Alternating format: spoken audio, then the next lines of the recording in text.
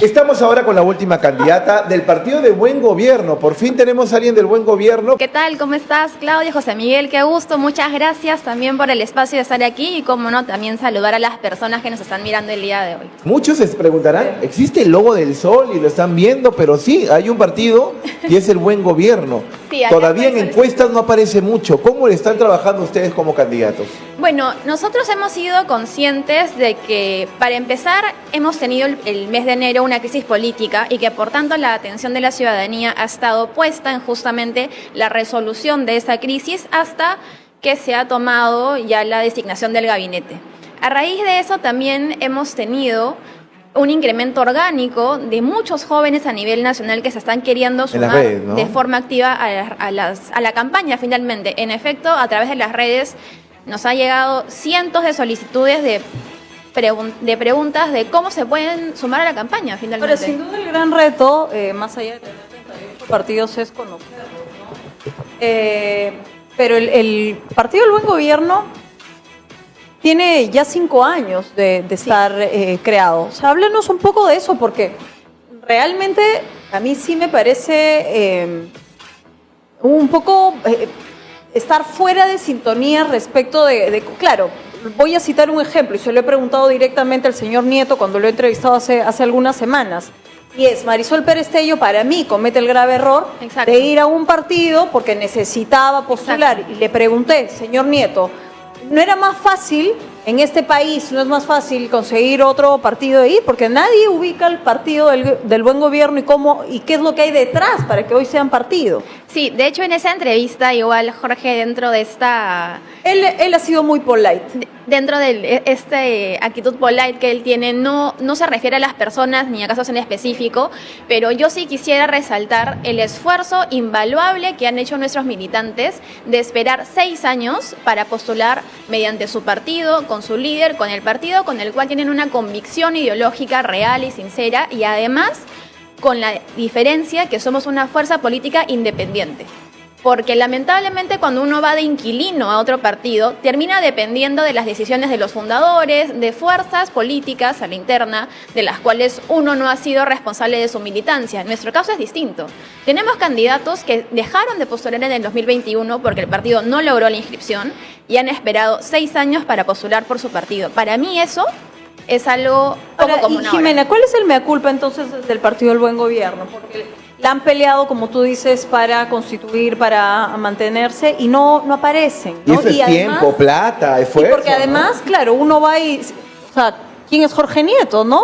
Y probablemente lo que te salta es reconstrucción, el fenómeno del niño. O sea, y no les pasa lo que pasa con los otros candidatos, que a veces la lista, como pasa con el APRA y 2 o 3 partidos más, que su lista al Congreso sí está presente en las encuestas, el candidato a la presidencia no. En el caso de ustedes, no se les puede conocer del todo porque no aparecen, no se les estudia. Y antes de eso, solamente para que nos respondan, yo quería pasarte un video rapidito. ¿Por qué? Porque el único momento que Nieto Montesinos tuvo la oportunidad de decir quién es, hace un video, como quiero que lo vean, donde dice: me han dicho que tengo que decir 3 cosas, como diciendo ni siquiera... A ver, pónganse los audios. Estoy obligado. Ay, ahorita te lo paso. Pensé que Cuy lo había agarrado. Sin embargo, yo le hice una pregunta, y Jimena, antes de ir a tus propuestas, y es importante porque yo se lo pregunto. Como creo que hacemos la pregunta de si pasas o no a segunda vuelta, y él me dijo, yo voy a ganar. Sí. Entonces, claro, y uno dirá, pues, pero si ni siquiera aparecen, ¿cuál va a ser el diferencial? ¿Tú crees que Jorge Nieto sea el outsider? Creo que va a ser el próximo presidente del Perú, estoy convencida.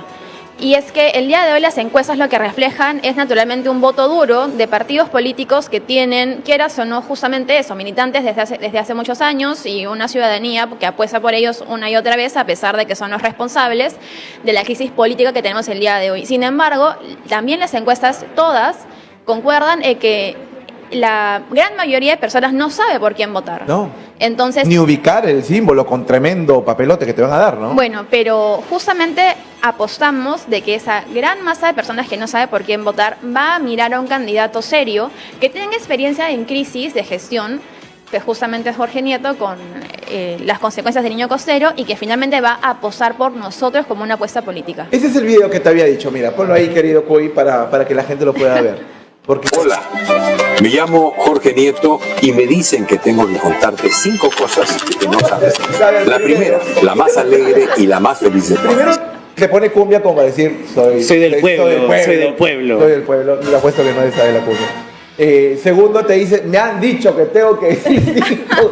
Y lo dice sobre un tablero de ajedrez como diciendo, soy estratega además, ¿no? Soy un estratega. Bueno, ya tú le hiciste análisis de comunicación. No, Ya, pero no, ojo. pero es que en realidad no es ningún análisis, es la típica, en realidad es la vieja confiable esa, Pero ¿no? ojo que con el diferencial Camiseta que blanca, Jorge, además. si es que no se hubiera dedicado a la política, se hubiera dedicado al ajedrez.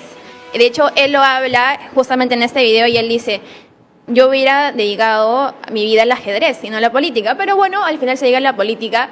Y ahora, me dicen que tengo que decirte, es parte también de que, claro, obviamente hay un equipo de comunicaciones que le dice, Jorge, tienes que hablar de 5 cosas de ti, es un trend de TikTok, y él como que, bueno, pues habrá que hacerlo porque estamos en campaña, ¿no? Ahora vamos a tus propuestas, que es muy importante, y coincido con quienes están preguntando. A ver, Jimena, ¿qué propones tú en esta campaña electoral? Bueno, tengo 3 ejes fundamentales.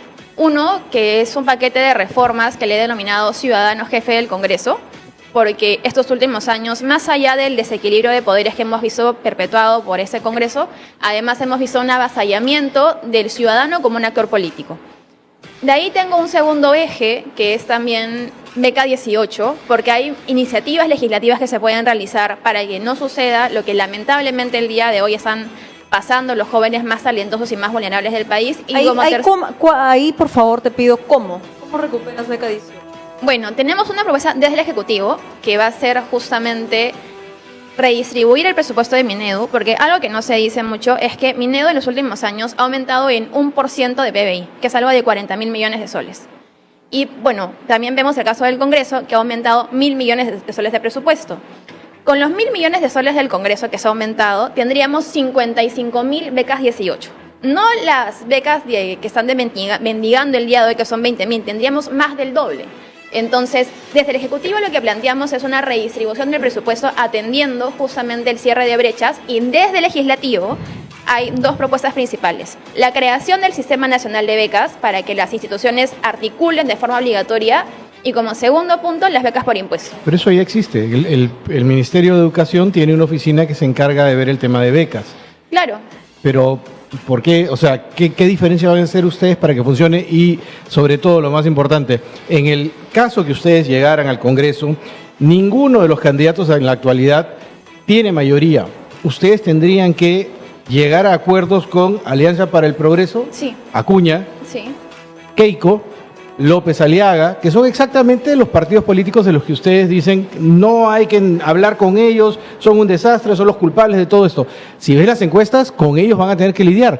¿Cómo van a hacer? Ya, 2 cosas. La primera, que es que hay una oficina. Una oficina dentro de la gestión pública no es igual a un sistema.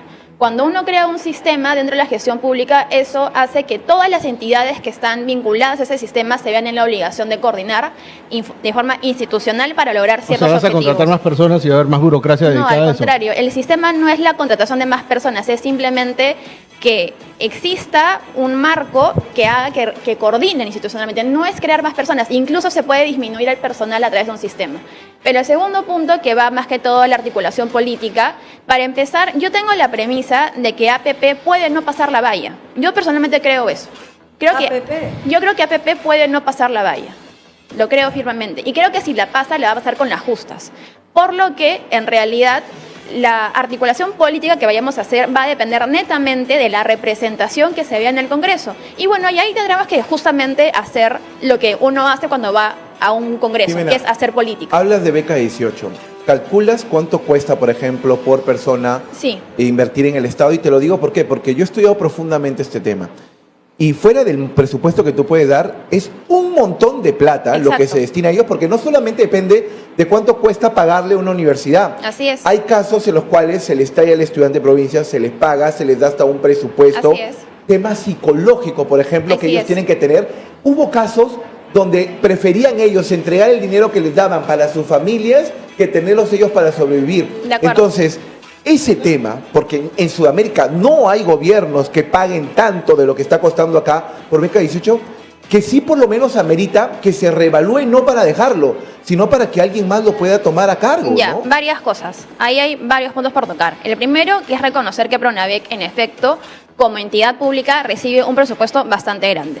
Tan grande que incluso recibe más presupuestos como Cancillería o como el Ministerio de Cultura. ¿Pero por qué? Porque a diferencia de esos dos ministerios que te he mencionado, son ministerios que digamos, son más administrativos, por así decirlo. Pronavec, más que todo, es un programa de inversión y enfocado en el cierre de brechas. Eso para empezar. El segundo punto es que si bien en Perú se invierte una cantidad muy fuerte de presupuesto, tenemos el nivel más bajo digamos, de abarcar la cantidad de jóvenes que son becados. Cuando uno mira la estadística comparada, otros gobiernos tienen becados a sus jóvenes en un 20, 15, 18%. Acá llegamos con las justas al 7%. Eso para empezar. Entonces, ¿qué es lo que hay que hacer? Primero, hay que sí o sí hacer una fuerte inyección presupuestal a Pronavec durante unos 3 o 4 años, porque es algo inmediato. Es decir, para ti es plata. Es un tema de presupuesto. Bueno, claro, por supuesto que sí, porque nuevamente regreso a lo que estaba diciendo. El problema es la gestión. ¿Cómo haces con la gestión en este tipo de gobierno? Ya, Y yo sí pero- creo que no es solamente un tema de plata, porque si no, en realidad cualquiera lo podría solucionar. Mentira, es exacto, no es un tema solamente de plata, es un tema de voluntad política. A eso me refiero, va por Nuevamente gestión. voy a los ejemplos que estaba diciendo. Minedu en 5 años ha aumentado 1% de PBI. Ese % de PBI ha ido destinado a pagar las leyes que ha sacado el Congreso de creación de universidades, de aumento de plazas, etc. El Congreso en 5 años ha aumentado 1.000 millones de soles, que es equivalente a 55.000 becas 18. Ahora, un dato que es relevante mencionarlo, es decir, que todo joven que recibe beca 18 logra romper el círculo de la pobreza. Eso es algo fundamental, porque te habla de la efectividad que tiene beca 18 respecto al cierre de brechas. Y solamente para concluir la idea, la apuesta es tener una inyección presupuestal muy fuerte a Pronavec durante 3 o 4 años, a la par que fortalecemos el sistema de educación pública. ¿Tú crees que te tomes? Bueno, lo que proponemos nosotros es que Pronavec reciba una fuerte inyección presupuestal dentro de 3 o 4 años, a la par que fortalecemos la educación pública, que sí tiene unas traducciones en un mediano o largo plazo. Entonces, lo que estás ofreciendo es dejar encaminado a que Beca 18 sea un programa distinto, no a resolverlo en este tiempo.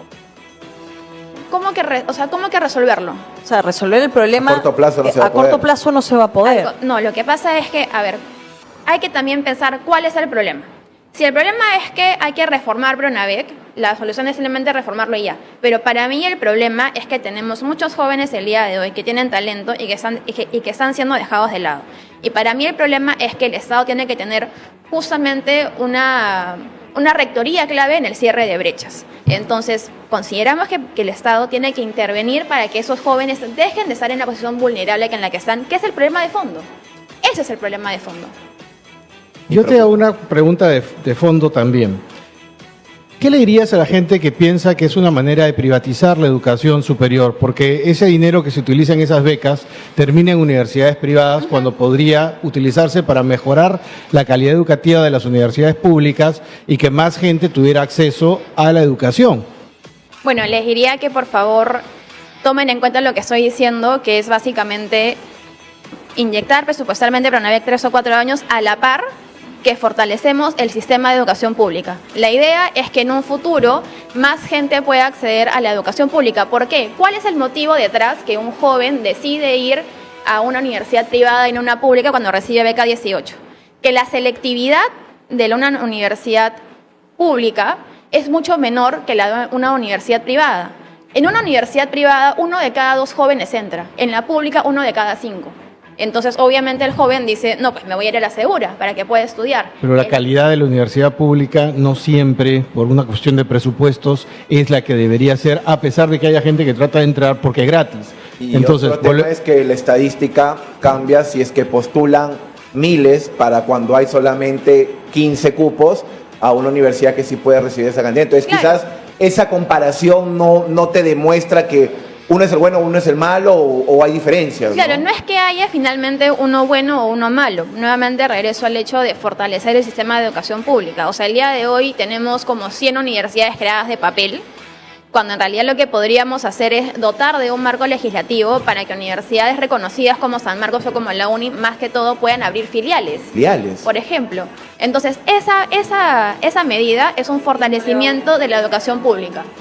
¿y qué opinas de la educación en primaria y secundaria en base a vouchers, es decir, a que el padre de familia puede escoger no meter a su hijo en un colegio del Estado, sino meterlo en un colegio privado que el Estado también paga, una especie de beca 18, pero beca 6 años, beca 5 años.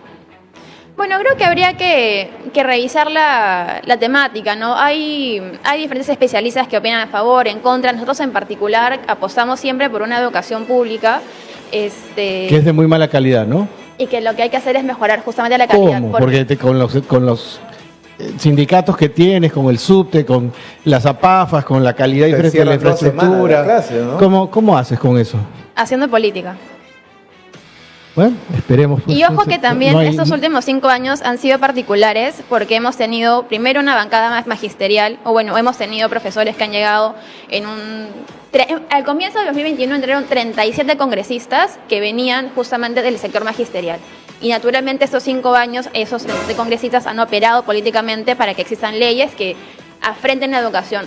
Este 2016 no va a ser así. ¿Tú de verdad crees que desde un gobierno, el que tú quieras, van a ser capaces de modificar la conducta y la actitud que han tenido el SUTEP y los demás sindicatos de profesores que velan más por los derechos, entre comillas, de sus agremiados y no por los de los estudiantes? ¿Crees de verdad que se puede hacer? ¿No es de repente mejor dejarlos de ellos a un lado y que el Estado invierta directamente en el alumno? ¿Qué es lo que quieres con beca 18? Creo que va a depender nuevamente de las fuerzas políticas que lleguen y finalmente es que es bien injusto, o sea, al que va a la universidad sí, le pagamos la privada, pero al que son la mayoría, que va a la primaria y que necesita más llegar a la misma situación por una cuestión de justicia, ¿no? A ese no, a ese que vaya al Colegio Nacional. ¿Por qué? No, de acuerdo. Justamente por eso yo me quiero reafirmar nuevamente en que nuestra concepción del Estado es que sea un actor clave en el cierre de brechas, en educación, en infraestructura, en salud, en básicamente todo, porque este país si algo adolece es la falta del cierre de brechas. Sí, mira, hay gente que está feliz de escuchar gente del Partido del Buen Gobierno y hay que invitar a más. De todas maneras vamos a invitar a la gente. Jimena, por favor, tu mensaje final a la cámara, tu número, para que la gente, porque muchos hablan diferentes logos, han hablado del logo de Google Chrome, de los partidos Terian, y ahora conocen que hay un logo que es el sol. Así que dale ese mensaje, por favor, final a la gente que nos está viendo. Bueno, muchísimas gracias a todas las personas que nos han visto el día de hoy. Cada vez se suman más jóvenes por una apuesta de política seria, nueva, y estoy segura que se van a seguir sumando. Yo los invito a que este 12 de abril puedan marcar los 5 soles del buen gobierno y que puedan marcar el número 12 en la columna para diputados por Lima. Tenemos que recordar que cuando Jorge Nieto fue ministro de Defensa, él logró movilizar 6.000 toneladas métricas de ayuda humanitaria. Es una persona, es un político que ya tiene experiencia en gestión de crisis y este país lo que requiere es alguien que pueda justamente resolver las crisis que tiene el país. Muchas gracias.